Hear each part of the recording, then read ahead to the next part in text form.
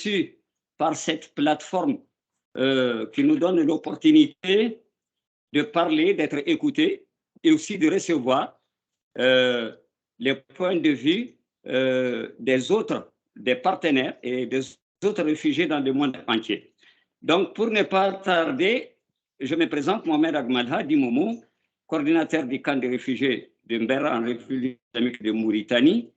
Je commence par la dame Hannou Ouellet Mohamed Ali, qui est là à ma gauche, qui est la présidente des volontaires réfugiés vers PC.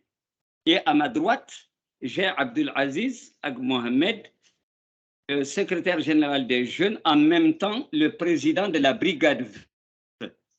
Et derrière moi sont adossés Najma Mint Dounia, la présidente de l'association des femmes ressources dans les camps. Il y a Ahmedou Diko, qui est le président de l'association des donneurs de sang. Il y a Ousmane Agjeddi, qui est le vice-président de la brigade anti-feu. Il y a Abdallah Ag Mohamed, le président de l'association SOS Nomade. Comme Ziad vous l'a expliqué, nous les réfugiés de Mbera, nous avons profité de cet accueil chaleureux, de cette protection que la République islamique de Mauritanie nous a donnée. Ça fait 10 ans que nous sommes là. Nous avons profité de ce travail que le HCR et ses partenaires font dans les camps pour un jour dire, voilà, nous ne pouvons pas être éternellement des assistés. Il faut que nous sortions du profil de bénéficiaires pour aller vers un profil plus de bailleurs pour nous-mêmes et en même temps bénéficiaires. Et si nous n'avons pas, comme on l'a dit, de l'argent, des dollars, de l'euro à donner, nous avons au moins une sueur qu'on peut verser. Et ça va prouver à la communauté internationale, ça va prouver aux bailleurs de fonds que nous avons de la créativité, nous avons des initiatives. C'est comme ça que vite fait, Madame Hannou Ouellet Mohamed Ali, qui est à gauche de moi, simplement parce qu'elle est dans un cadre socio-politico-économique très viable, la Mauritanie d'un côté, les HCR de l'autre côté, vite fait, elle s'est dit, bon, mais moi j'ai quelque chose à faire dans les camps, je vais nettoyer les camps. En nettoyant les camps, je vais prouver aux réfugiés que nous sommes capables de résilier des chocs.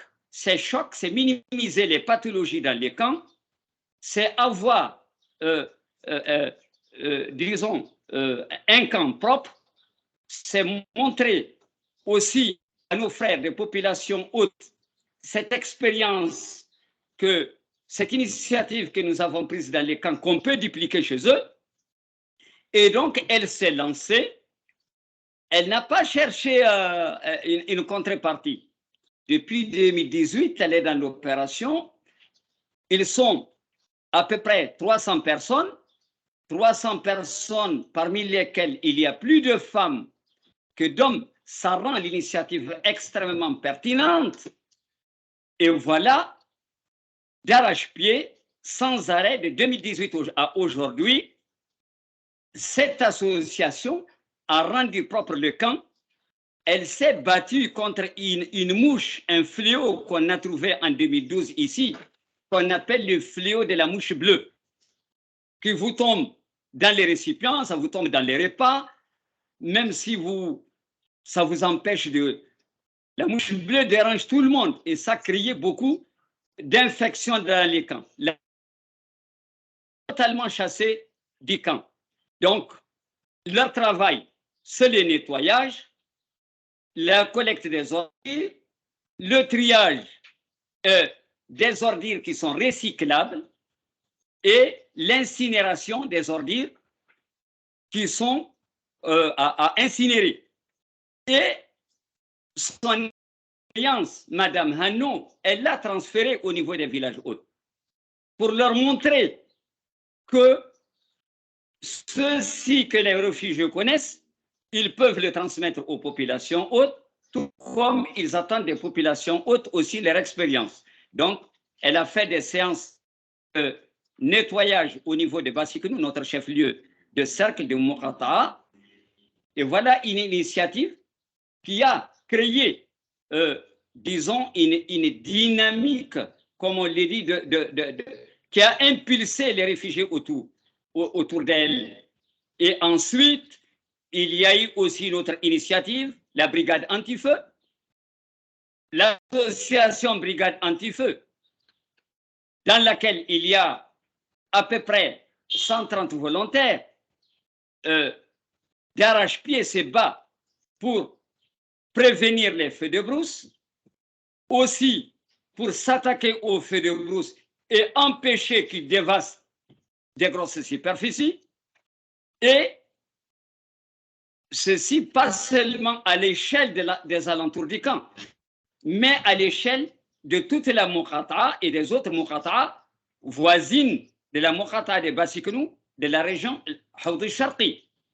Donc, le fait du feu de brousse a pour conséquence la protection de l'environnement qui a subi des chocs du fait de la présence des réfugiés à cause d'une rébellion cyclique. Nous étions là 1991, 1997, nous sommes retournés 2012 à nos jours, et la présence des réfugiés, en plus des sécheresses récurrentes, a fait un choc sur l'environnement parce que les réfugiés utilisent le bois mort, ils dévastent la forêt, ils utilisent la paille que la bétail brute que les réfugiés récupèrent pour vendre ça sur le marché.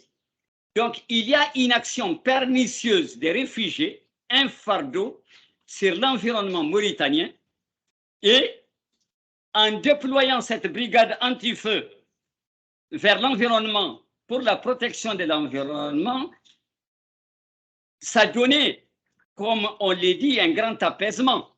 Parce qu'au niveau de la coexistence pacifique, les populations hautes se disent, alors, nos frères réfugiés ne sont pas seulement qu'une charge, mais ils sont aussi une solution évidente. Et donc, voilà que toutes ces initiatives, si nous avons pu les organiser, si on a eu ces initiatives, cet esprit de créativité, c'est parce que il y a une main forte au-dessus de nous, un état d'accueil extrêmement puissant en la matière et un système HCR qui nous accompagne au millimètre près. Chaque fois qu'il y a des initiatives communautaires, le HCR voit rapidement dans quelle mesure ces initiatives, il leur trouve un levier pour que l'effort des réfugiés soit vu. Et de l'autre côté aussi, on a une association encore derrière moi, à ma droite, de la jeunesse. La jeunesse du camp. La jeunesse, c'est la population la plus nombreuse dans les camps. Nous sommes une population de vie très limitée, donc les 59% de notre population, elle est jeune. Cette jeunesse, elle est pratiquement dans tous ces secteurs que je viens d'énumérer, et en plus, ils ont organisé, disons, un combat pour la régénération de l'arbre, la reforestation. Donc, cette jeunesse a pris à bras le corps la muraille verte, la paix verte, pour démontrer que cet environnement géographique sahélo-saharien dans lequel nous sommes peut être vert, peut être aussi une forêt, grâce à l'action des réfugiés. Et donc, ils ont pris l'initiative d'utiliser, de régénérer, de faire repousser les essences classiques, type acacia, ziziphus. Ils ont fait des pépinières, 60 000 plants, Et ces plans ont été répliqués non seulement dans des parcelles 15 hectares au niveau du camp des réfugiés pour préparer des bosquets, mais aussi préparer la régénération de l'arbre au niveau des villages hôtes. Nous avons aussi derrière l'association SOS Nomade qui lutte d'arrache-pied pour aider le secteur de l'éducation. Ils interviennent dans beaucoup de domaines, la muraille verte. Ils interviennent dans l'éducation. Ils interviennent dans le cadre du combat contre les noyades des enfants pendant la période hivernale. Nous avons à la proximité du camp des mares qui sont profondes. Chaque année, nous perdons des enfants. Heureusement, grâce à leur action soutenue par l'effort du HCR, jusqu'à cette date où nous sommes presque à la fin de l'hivernage, nous sommes à 0 mort. Et nous avons l'association des donneurs de sang. Ce n'est pas facile de donner du sang. Parce que pour les nomades que nous fûmes, donner du sang, c'est friser la mort. Donner du sang, c'est des gros risques physiques.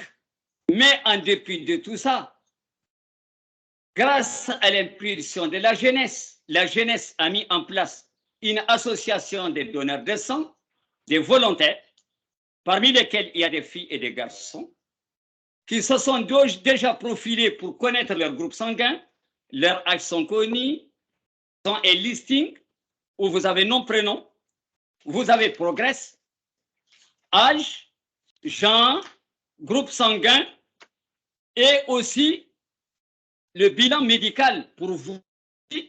Leur sang peut être transmis, donné à un malade où il y a des risques. Donc, pratiquement tout le profilage est là. Donc, on a une banque.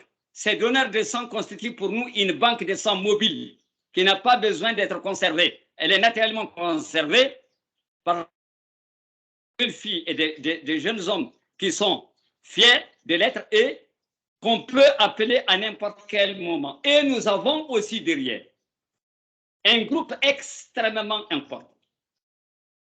C'est l'association des femmes ressources. Nous sommes une société matriarcale où la femme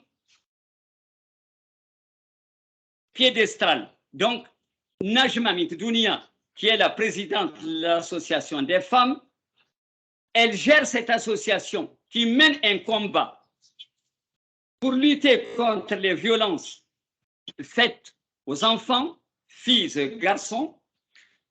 Elle lutte contre les méfaits de la perdition de la scolarisation des enfants d'une manière générale, des filles d'une manière particulière, et d'arrache-pied, elle lutte pour promouvoir la scolarisation des filles. Donc ces femmes sont aussi pour nous un instrument extrêmement capital dans nos instruments traditionnels, un mécanisme de gestion des conflits, de prévention et gestion des conflits. Elles jouent un rôle cardinal dans les camps. Mesdames, Messieurs, voilà grosso modo présenter l'équipe que j'ai à droite, à gauche et derrière. Maintenant, en ce qui concerne les détails sur le sujet de toutes les activités que nous sommes prêts à répondre à toutes les questions qui sont bienvenues. Il n'y a pas de questions taboues pour nous. Pour le moment, je m'en arrête là et j'attends impatiemment les questions qui seront posées. Merci beaucoup, Momo, pour l'intervention. Merci au groupe des leaders communautaires dans le camp de Mbera pour cette présentation, pour préparer cette présentation. On vous remercie beaucoup et on ouvre maintenant la parole, on donne la parole à ceux qui ont des questions ou des interventions liées à ce sujet. Merci beaucoup. Entre-temps, peut-être je peux demander ceux qui gèrent la présentation de présenter la première slide où il y en a la population, parce qu'on a sauté un petit peu ce petit détail. On a engagé immédiatement dans les détails des initiatives. Mais pour ceux qui ne sont pas complètement familiers avec la population du camp, on parle d'un camp qui est un hôte pour 83 000 réfugiés maliens dedans le camp et alentour, où 54% sont des femmes et 46% sont des hommes. Il y en a plus de détails et caractéristiques démographiques sur l'écran, mais je vais arrêter pour voir s'il y en a des questions et des interventions.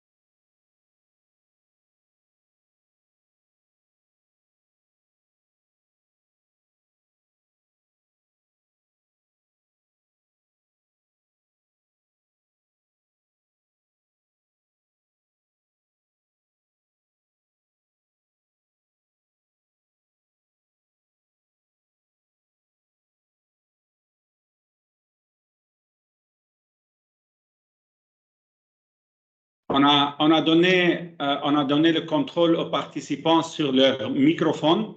Alors, ils peuvent même, ceux qui veulent demander des questions, ils peuvent ouvrir immédiatement leur microphone et poser des questions.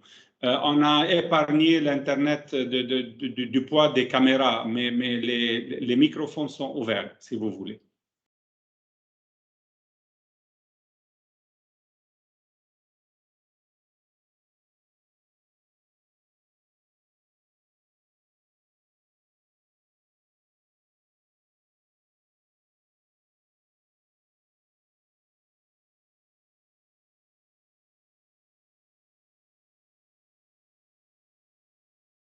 Alors, je peux moi-même, Momo, vous poser une question que je crois peut-être un petit peu une question qui peut nous aider un petit peu à comprendre la relation avec la communauté hôte.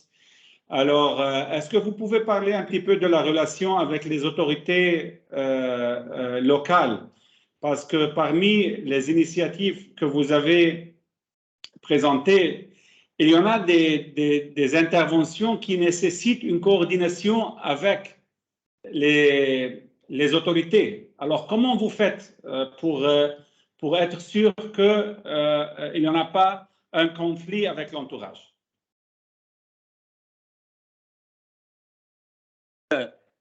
La stratégie qui a été amorcée à Mberra, stratégie de partenariat multidimensionnel. Vous avez le gouvernement mauritanien, vous avez l'INHCR et les autres partenaires du système des Nations Unies, vous avez les réfugiés et les populations hôtes. Donc, ensemble, nous menons des actions collectives. Donc, pratiquement toutes ces initiatives, le HCR travaille à la fois sur les deux dimensions, haute et population réfugiée. Parce que le HCR, sachant que la réussite de sa mission dans un cadre de stabilité, de sécurité pour tous, ils ont la main aux populations hautes et aux populations. Donc, le combat sur les deux fronts se fait. Et l'esprit, c'est derrière un jour, si les réfugiés n'ont pas l'opportunité de retourner, l'opportunité d'une intégration. Et l'intégration ne peut se faire qu'à condition que les populations hautes, les populations réfugiées. Le cadre de travail ici, chez nous, en Mauritanie, est tellement bien synchronisé à la fois par l'appareil étatique, les populations mauritaniennes, l'UNHCR et les réfugiés, que nous acceptons tous ces faits ensemble. Il y a un échange, par exemple, dans le cadre de l'extinction des feux. Comme je vous l'ai dit, le hakim de l'exécutif joue son rôle. Quand il y a feu de brousse qui est déclenché, il est le premier au niveau de sa mukhata. Le hakim directement informe l'INHCR, qui est son partenaire, le chef de la sous-délégation INHCR. Le chef de la sous-délégation INHCR appelle le coordinateur du camp que je suis. Le coordinateur du camp appelle le président de la brigade anti-feu. Et l'équipe qui doit aller pour éteindre le feu de brousse est déjà connue, elle est déjà profilée. On envoie la logistique et on s'attaque rapidement au feu de brousse. Maintenant, la est tellement heureuse de cette initiative parce que l'économie repose sur le bétail. Le bétail, c'est ça la banque du Hod Sharqi. C'est dans ça qu'ils ont les boutiques, c'est dans ça qu'ils ont les bâtiments, c'est dans ça qu'ils ont les... C'est pratiquement la banque. Et disons, le bétail aussi est tributaire de l'environnement. Donc, donner une réponse pour protéger l'environnement est une volonté pour l'État mauritanien et les populations de l'État mauritanien qu'il y a un HCR qui fait un travail de liaison qui est très capital et des réfugiés qui comprennent exactement qu'ils ont un rôle de résiliateurs. Donc, au niveau aussi des assainissement, on va à Bassikounou souvent, on échange, on fait des séances de nettoyage à Bassikounou. La jeunesse du camp va faire des matchs de football à Bassikounou, à Fassa, à Nima. Il y a le festival du désert, grâce au HCR, qui a tout ça dans le cadre d'une mutualisation des bénéfices, mutualisation des cadres socio-économiques. Ce festival du désert qui se déploie chaque année à Ain Farba, dans la wilaya du Wad al-Karbi, après avoir fait, disons, ses prestations là-bas, il passe dans les camps des réfugiés, aussi donner des séances de musique, de paix, promouvoir la paix. Donc, les échanges se font dans tous les domaines. Je vous remercie, Ziad. Je ne sais pas si j'ai été à la hauteur de répondre à votre question. Merci beaucoup. Merci, Momo.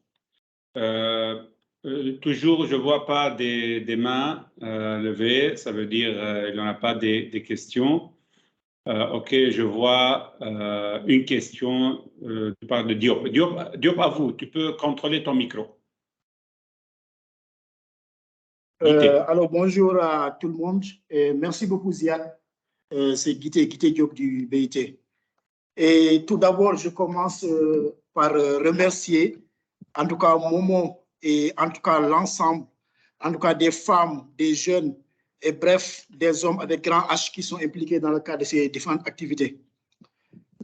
Et j'ai juste peut-être quelques questions, déjà par rapport aux différentes organisations que vous avez mises en place.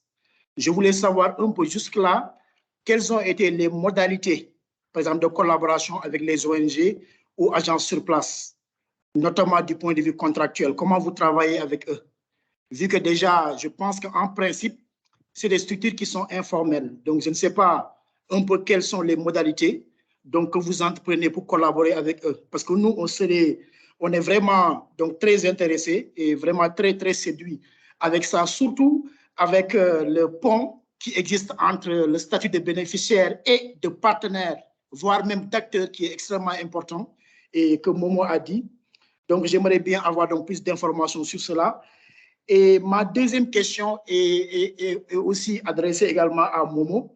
Je voulais aussi savoir, par rapport aux différentes organisations de base que vous avez citées tout à l'heure, est-ce qu'on ne pourrait pas un peu aller plus dans l'inclusivité, par exemple en essayant un peu d'avoir soit des coopératives, par exemple, interprofessionnelles, qui réunissent les gens, par exemple, du cuir, qui sont à Mbera et à Bassikounou, ou bien qui sont dans la couture, la viande séchée, entre autres. Et pourquoi pas aussi, par exemple, avoir des brigades feu avec des membres venant des communautés hautes et des communautés réfugiées. Donc, voilà un peu les deux questions. Merci beaucoup.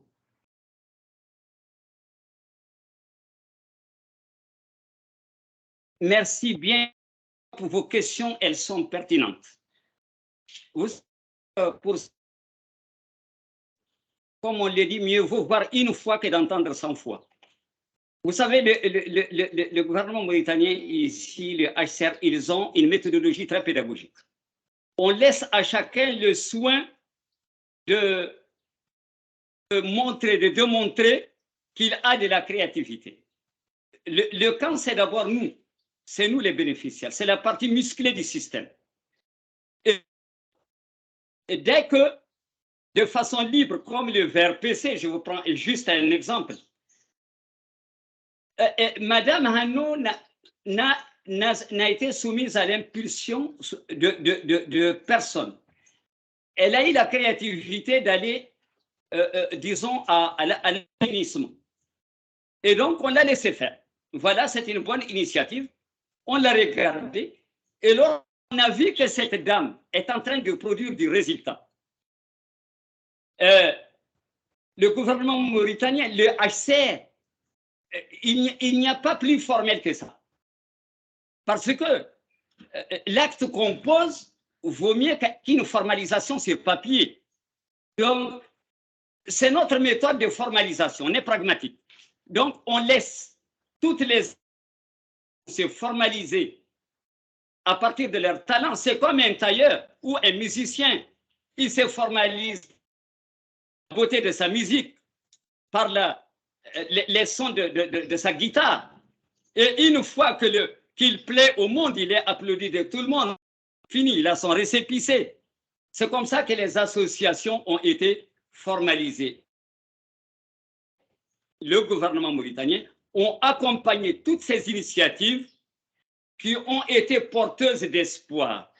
Pour ce qui est, vous avez posé une question qui me va droit au cœur en parlant de certaines associations.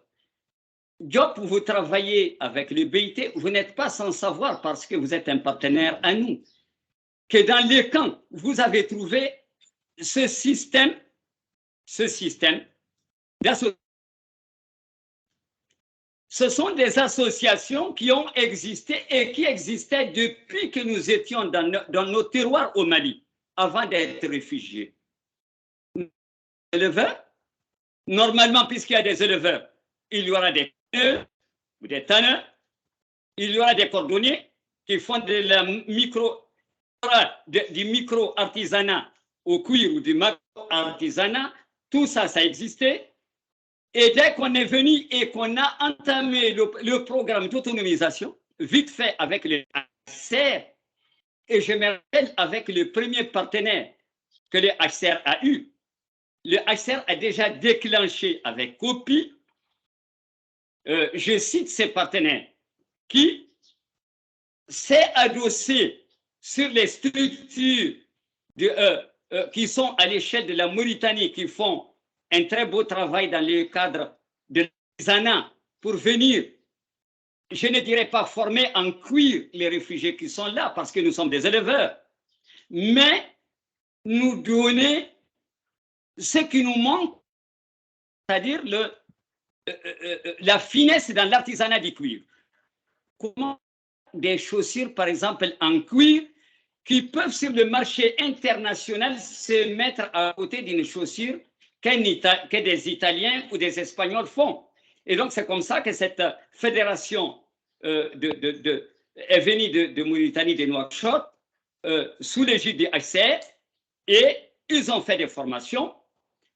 Et ces cordonniers sont là, ils sont en train de travailler, ils sont en train de produire, ils sont en train de vendre et ils ont la valeur ajoutée.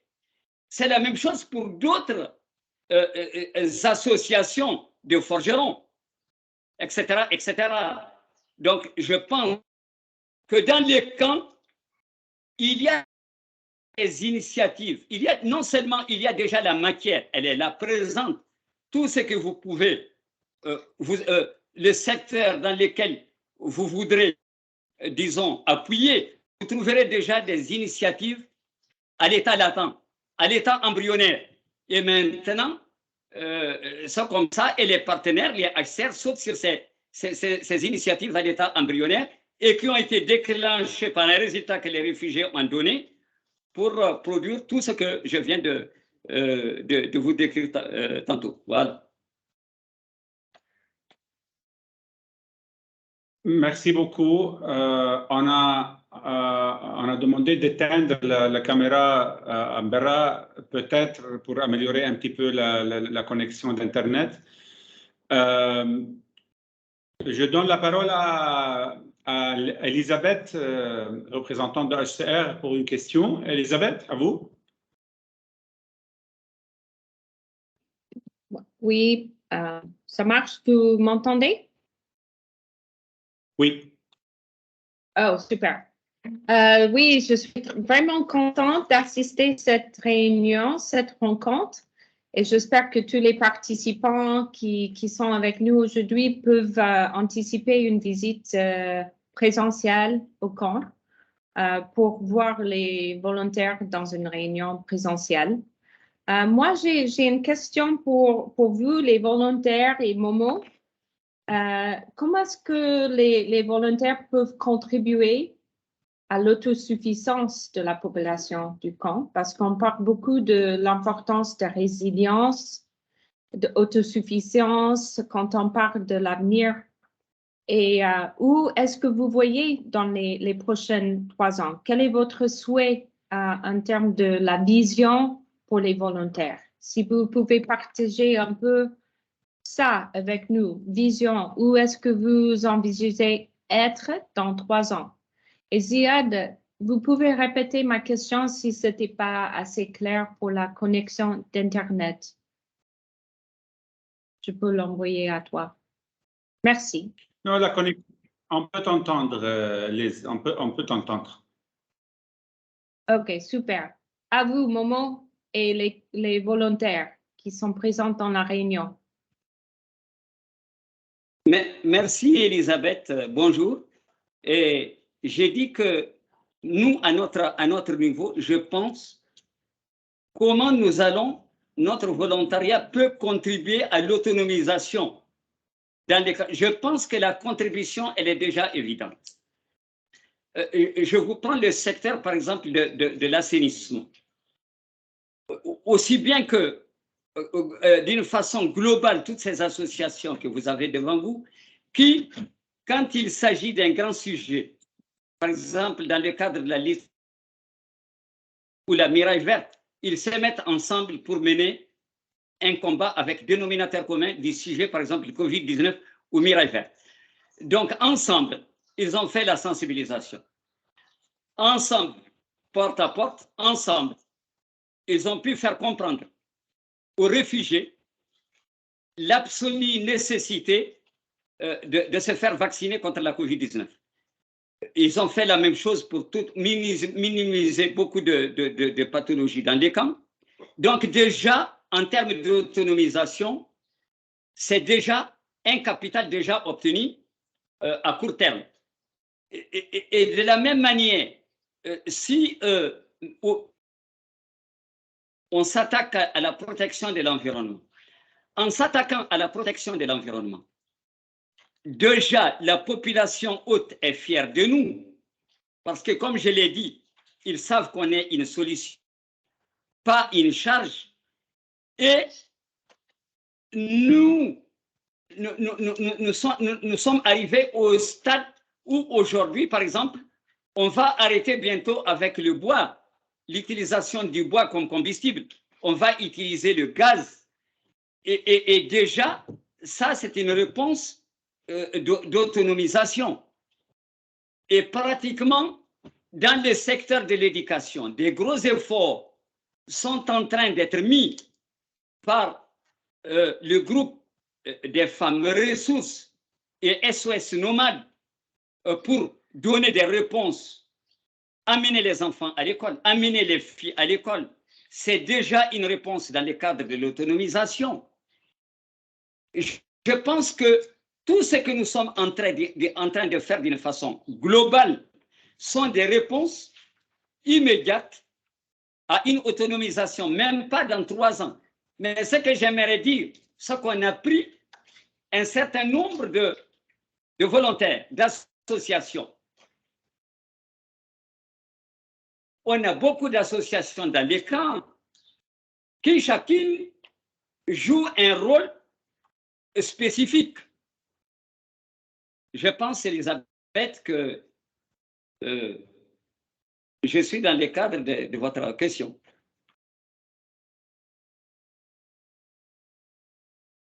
Oui, tout à fait. C'est dommage parce que la connexion, c'est un peu faible, mais on a bien compris l'esprit de votre réponse, que c'est grâce aux volontaires qu'on est déjà sur la route et déjà eu un progrès avec l'autonomisation.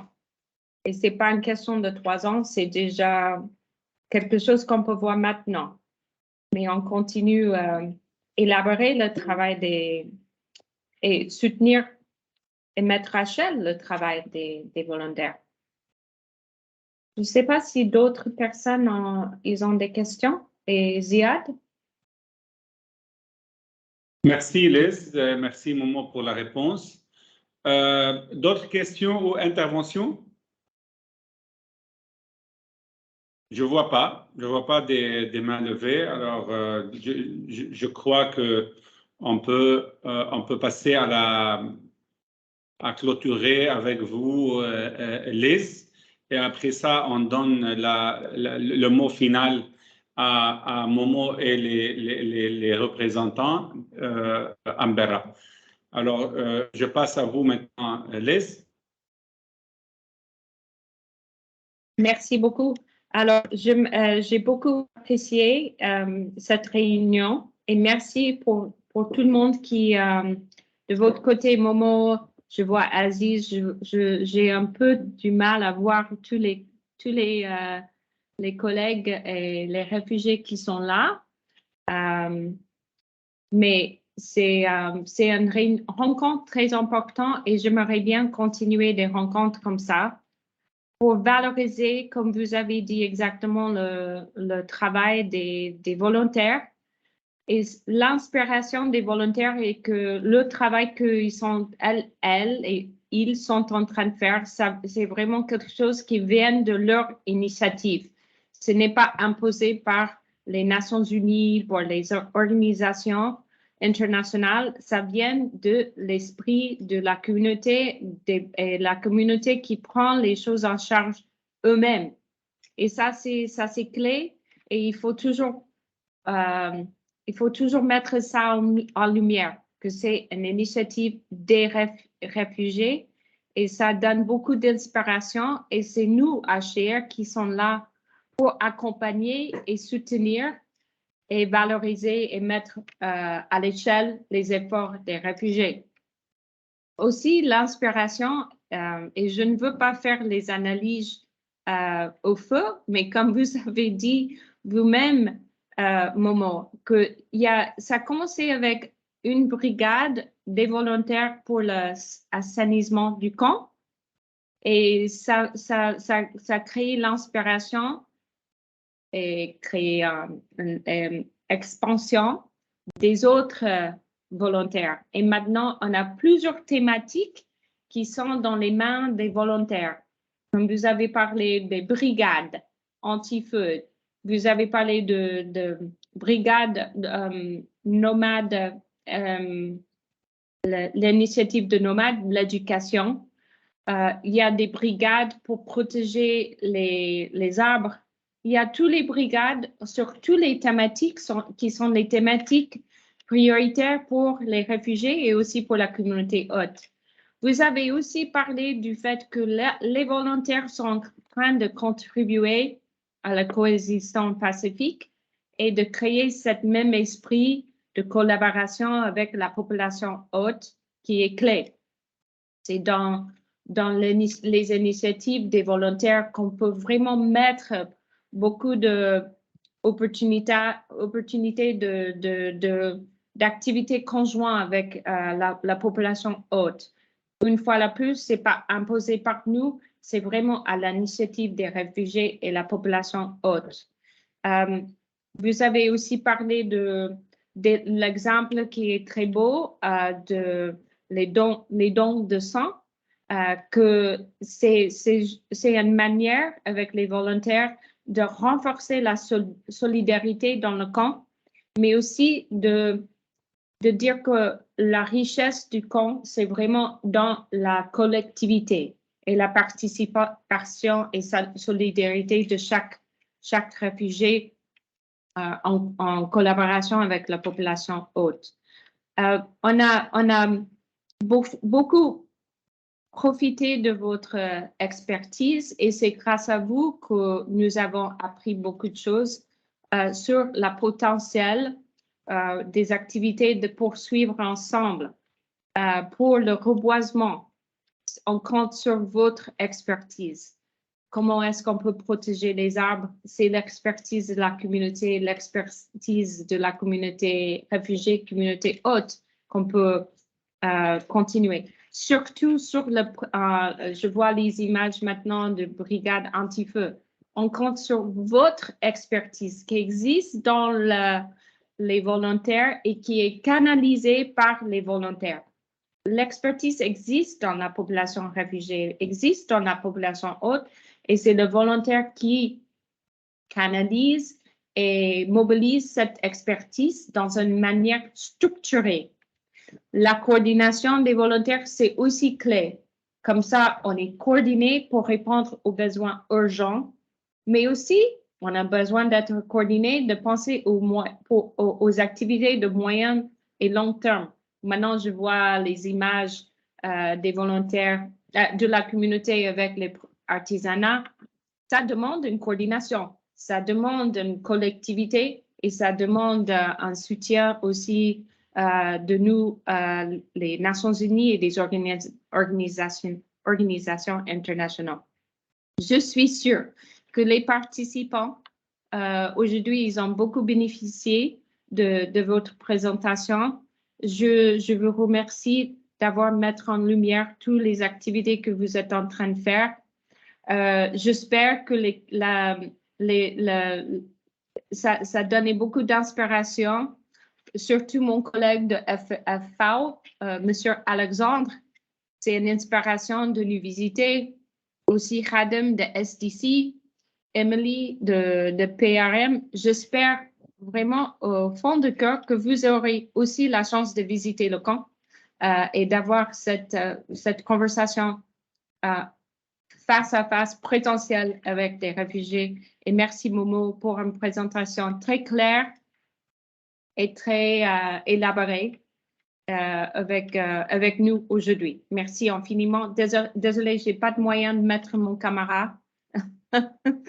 J'ai que le droit de mettre ma voix, mais pas mon visage. Alors, merci beaucoup.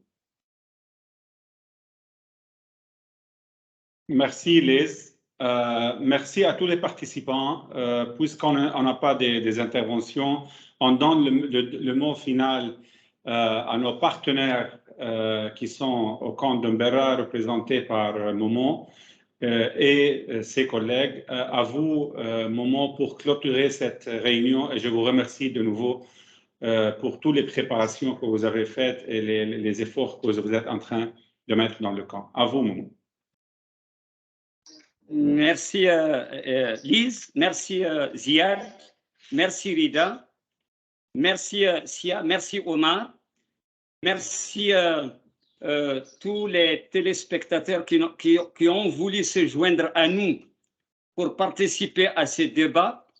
C'est une preuve aujourd'hui supplémentaire que vous nous avez donnée qui, en rentrant chez nous, nous avons dans les cœurs de tout ce travail que les HCR est en train de faire pour faire des réfugiés quelqu'un de résilient, quelqu'un d'autonome, quelqu'un de digne. C'est pour nous une preuve supplémentaire. Ce débat est une preuve supplémentaire. Donc, nous nous nourrissons d'un débat comme ça que nous allons partager avec les autres réfugiés pour leur faire comprendre que le monde entier peut nous regarder à partir du bureau de réunion du HCR. Le monde entier est au courant de ce que nous sommes en train de faire, qu'une petite chose bien posée, bien résiliente, peut faire le prestige de tout le monde. Nous vous remercions beaucoup. Nous remercions notre pays d'accueil. Nous remercions l'INHCR. Nous remercions tous les responsables de l'INHCR. Et voilà, donc vous avez aussi les remerciements de l'équipe qui est là, qui vous regarde et qui vous écoute attentivement. Merci, Zier.